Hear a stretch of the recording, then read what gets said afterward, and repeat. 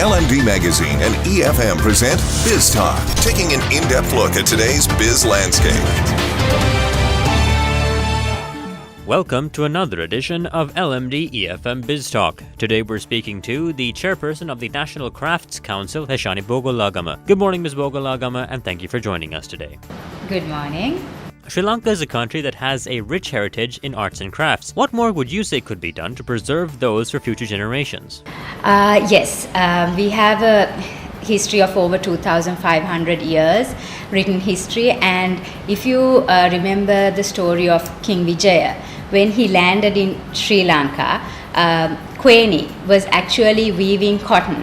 So our traditional crafts go as far as 2,500 years or even before that when you read the Ramayana.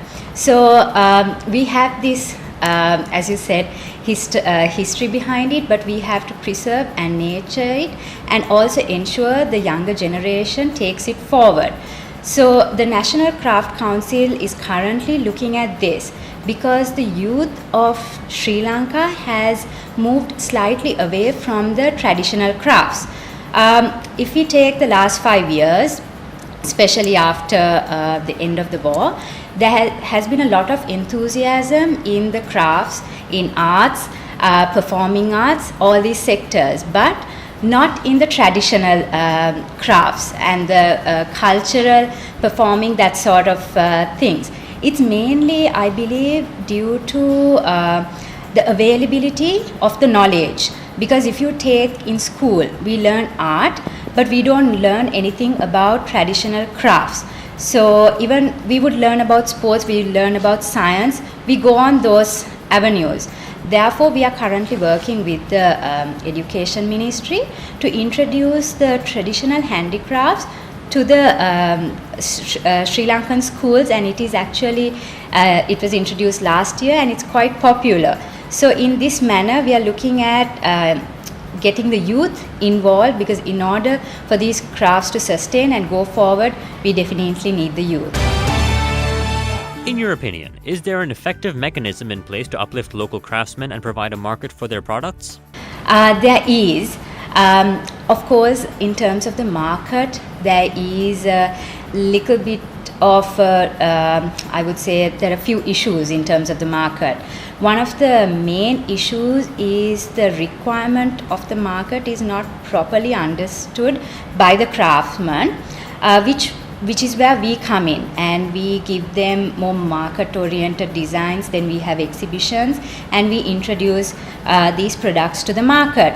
There onwards, we have seen, we had a lot of new exhibitions like visit through Thunpatrata, where we, Thunpatrata for example, was where we took the traditional mat, or what we call the padura, and we reintroduced it by using it in byproducts and also showing it as a carpet rather than a mat.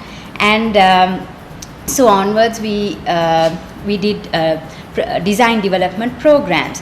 Therefore, actually the craftsmen are willing to change, and we are finding ways for them to basically come into the modern market. At the same time, one of the issues is the market, us as consumers. We are not that conscious about local products, about local craftsmen, and also even about being environmentally friendly. So as consumers, I would say we have to become more socially aware about things, and when we are purchasing something, not only look at the price of it, but look at the story behind it as well. Do you believe that enough awareness is being created among Sri Lankan citizens on the importance of supporting local handicrafts? I would say not enough. At the moment, definitely not enough. There is a little bit of awareness. For example, like even in Colombo, the Colombo Good Market has become popular. People go and buy things that's good, whether it's food or whether it's a craft. They buy things that's good for the environment and for themselves. But this is a niche market. We have to take this message further. We have to take it to the grassroots. We have social media, but do we use it well enough for the right things? These are matters that actually the youth and we all have to look into. and be more, like I said, socially aware. So more steps have to be taken. What are the new ventures that have been embarked on by the National Crafts Council?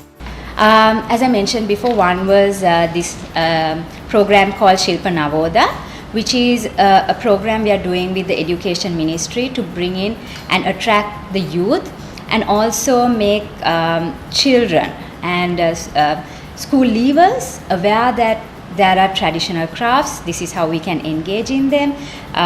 Also, they become more socially aware that we have to help these craftsmen. Even if we are not going to become craftsmen, we should value these products and we should look at supporting them. So this is one of the new things we have done. At the same time, of course, for this to sustain in the long run, we have to ensure there is a market. We are looking at tapping foreign markets, because actually even more than local market and even the Asian market, which is where the Sri Lankan handicrafts have been promoted in the recent past, it is the Western market that values Sri Lankan handicrafts. So the National Craft Council is looking at tapping those markets. Currently we have organized 3 foreign tours to take our craftsmen, but we are also looking at things like e-marketing, getting them online so that they can continue, not only take them overseas and sell their product, but so that they can continue sending them orders. So we are trying to take them on to the next level of e-marketing as well. Thank you for taking the time to speak to us, Ms. Bogollagama. Thank you very much. Tune in every Tuesday and Thursday for more insights from our business community. You can also log on to efm.lk and lmd.lk/lmdtv for a visual experience of Biz Talk.